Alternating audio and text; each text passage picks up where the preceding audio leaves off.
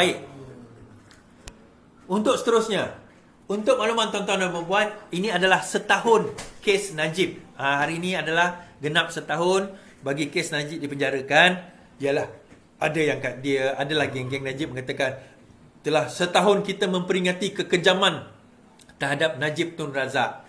Well, saya dah ada satu video lah tentang SRC, kes SRC, dan kita dah lihat bagaimana secara detailnya video tersebut, tuan-tuan boleh tengok sendiri. Tapi saya nak ceritakan keterangan yang dibawa oleh ZT berkenaan dengan kes 1MDB. Ini satu kes lain. Bekas Perdana Menteri Datuk Mahathir Mohamad mendakwa keterangan bekas Gubernur Bank Negara ZT Aziz adalah bukti bekas Peguam Negara Apandi Ali mengabaikan tugasnya. Dalam hantaran di media sosial, Mahathir turut mempersoalkan kenapa kerajaan ketika pimpinan bekas Perdana Menteri Ismail Sabri Yaakob menyelesaikan saman pemecatan Apandi di luar mahkamah. Saya tersentak apabila membaca laporan berita semasa perbicaraan melibatkan 1MDB. ZT menyatakan dia telah melaporkan kepada Peguam Negara ketika itu Apandi kesalahan pegawai MDB. Namun Peguam Negara tidak mengambil apa-apa tindakan. Ini seolah-olah bagi saya pengabaian tugas. Namun Apandi telah menyaman saya kerana pemecatan secara salah. Saya bersedia untuk mahkamah bagi menjelaskan mengapa saya perlu membuangnya, kata Mahathir. Mahathir mempecat Apandi sejurus selepas PH membentuk kerajaan dan menggantikan dengan Tommy Thomas. Apandi memfailkan saman 2.2 juta dan kerajaan asas dakwaan dipecat secara tidak sah. Melalui tuntutan mahkamah itu, Apandi memohon antara lain pengisytiharan bahawa Mahathir telah menyalahgunakan kedudukan, mendorong berlakunya pelanggaran kontrak antara dia dan kerajaan Malaysia. Tetapi kontrak ini akhirnya saman tersebut diselesaikan secara luar mahkamah oleh kerajaan Ismail Sabri pada waktu itu. Tapi dalam masa sama, tuan-tuan, okey, ada benda tindakan Mahathir ni betul juga, bagus juga. Cuma dalam masa sama, saya teringat kenyataan Mahathir bila sehari dua lepas kan. Dia kata kerajaan Anwar Ibrahim ini adalah sangat kejam. Kerajaan Anwar Ibrahim ni kejam, dia kata kan. Kuku besi. Dia kata kuku besi. Saya kata kalau ada geng walaon yang percaya yang dah tua lah, maksudnya korang tak hidup zaman reformasi lah. Kalau ada geng muda-muda ni percaya, kita fahamlah engkau tak melalui apa yang kami lalui lah. Punyalah tuan-tuan, kalau nak tengok zaman Mahathir dahulu, tuan-tuan tahu tak asal usul fake account? Asal usul fake account pada zaman Mahathir lah. Kenapa pada masa tu kami buat fake account? Punyalah takut kena tangkap, tuan-tuan. Itulah asal usul fake account.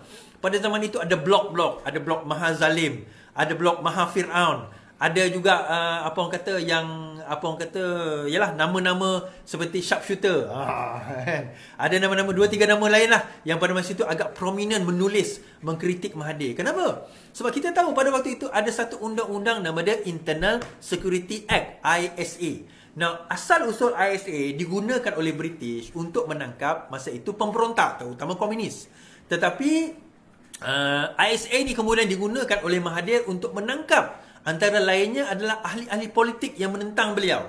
Ada satu video dalam Facebook saya, saya letakkan di mana ada seorang ahli PAS ni, Ustaz PAS. Ustaz apa nama dia? Dia ditangkap 5 tahun, dipenjarakan dalam ISA tanpa bicara.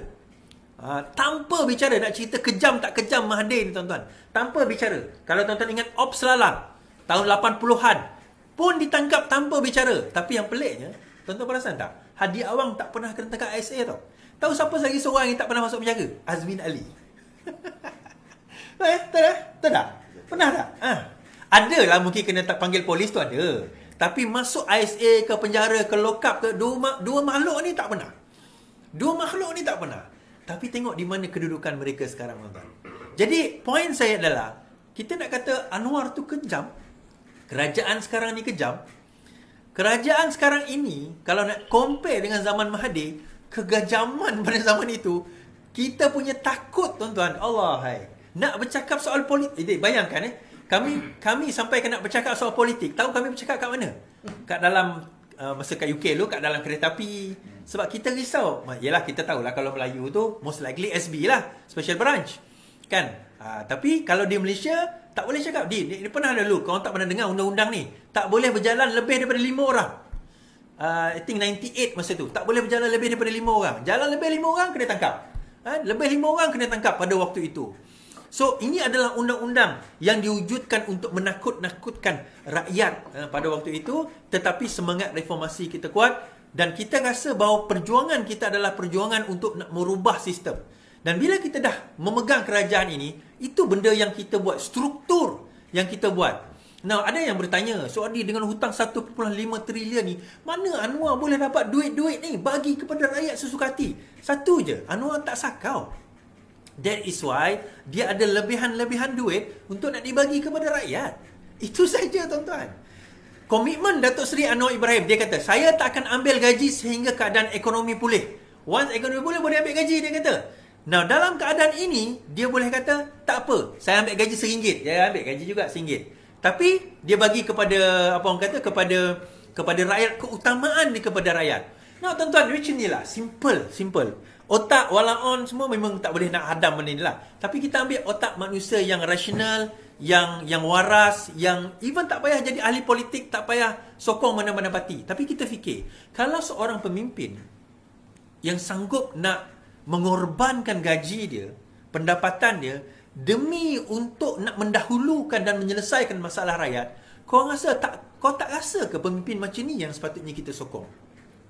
Kita bukan bercakap soal kita saja, mak bapak kita, adik-beradik kita bercakap soal apa orang kata, soal jiran kita, saudara kita yang dibantu oleh kerajaan dan juga kerajaan PMX pada masa ini. Masa saya debat dengan Tun Faizal tu kan, dia punya debat tu, dia duk cerita Anwar pembelit, Anwar pembohong, Anwar penipu, Anwar tak betul, Anwar tak pandai, tak kompeten, menteri dan sebagainya tak kompeten. Kemudian dia kata 8 bulan memerintah, dia kata macam tu. Tapi bila dia cerita pasal Kelantan, oh Kelantan ni sebab tak ada empangan, oh Kelantan ni sebab dinafikan duit. Tuan-tuan, air je sikit. Kalau 8 bulan dia kata pembohong, kena kencing, penipu, yang 33 tahun tu takkan yang 33 tahun dia bela, yang 8 bulan dia boleh kata kencing. Tapi itulah mentaliti walaon. Itulah pemikiran dan kedunguan otak walaon. Dan adalah orang kata, tengok Iswardi tak berani jawab yang Tun Faizal kata. Tuan-tuan, ada 4 orang atas pentas. Kalau aku berdebat dengan dia, orang keempat ni tak bercakap. Kalau nak kita buat one on one, okey, iaitu tak ada masalah kan, saya sedia terima. Tapi kalau 4 orang kat situ, akhirnya debat kami berdua je. Kita menghormati tetamu. Dan yang pentingnya, ni, host tu dah bantai dia. Bila dia kata, sekarang ni, tengok kerajaan, OPR naik. Host kata apa? Tapi zaman you 3 kali naik. Saya betulkan, 4 kali, bukan 3 kali. 4 kali. Dia tapi kos tinggi. dan host tu kata, tapi yang last time OPR tak naik pun. Yang zaman Perikatan Nasional 3 kali. Saya kata, bukan, 4 kali. 4 kali.